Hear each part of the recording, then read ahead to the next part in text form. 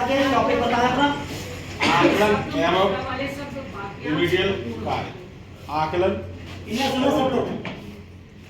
तो देखिए आकलन अपने आप में कोई अलग प्रक्रिया नहीं है, बल्कि शिक्षण कार्य का ही अभिन्न अंग है।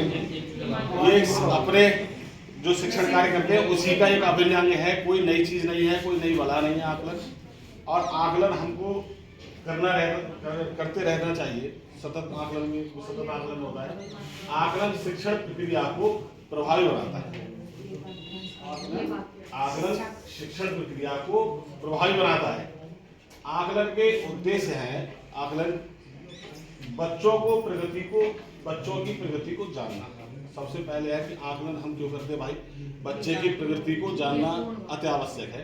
हम पढ़ाते रहे, बच्चे पढ़ते रहे, हम आकलन अगर नहीं कर पाए तो पता लगा उसमें से 40% हमारे बच्चे कुछ सीख ही नहीं रहे हैं और 60% आगे बढ़ते हैं। सीखने में आ रही कठिनाइयों को जानना, बच्चों के साथ में सीखते समय क्या क्या कठिनाइयाँ आ रही है उनको हमें जानना अति आवश्यक है, अन्यथा की स्थिति में हम फेल हो जाएंगे अपने शिक्षण कार्य। तीसरा है बच्चों की सहायता के लिए प्रभावी रणनीतियां बनाना। अगर आप आज शिक्षण कार्य करने क्लास में गए हैं और आपके पढ़ाने से बच्चों पर कोई प्रभाव नहीं पड़ा और बच्चे आपकी बात को सही से नहीं सीख पाए, तो मैं तो ये कहूँगा आप अपने अंदर भी खोजिए कि मेरे अंदर क्या कमी रही, जो बच्चे मेरी बात को नहीं समझ पा रहे हैं। तो आप अपने अंदर भी खोजेंगे, फिर आपको पता लगेगा कि हाँ मैंने एक चीज छोड़ दी थी, तो उसकी सहायता लेते हुए अपनी रणनीतियां बनाएं। अपने क्लास में जाने से पहले अपनी पूरी नीति बना लें कि हमको कैसे बच्चों के साथ होना है, बच्चों को कैसे पढ़ाना है, रणनीति बनाना, आगे की शिक्षण योजना बनाना। जो आपको आगे और कुछ पढ़ाना है उसकी शिक्षण योजना पहले से इनको सुना पहले जो आपको जोड़ना है इसमें।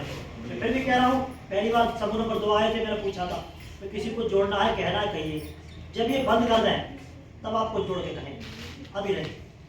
आगे की शिक्षण योजना बनाना, जो आप आगे पढ़ाने जा रहे हैं, बच्चों को जो पढ़ाने जा रहे हैं क्लास में, उसकी योजना आपको बनानी है कि मुझे क्लास में जाकर के क्या करना है।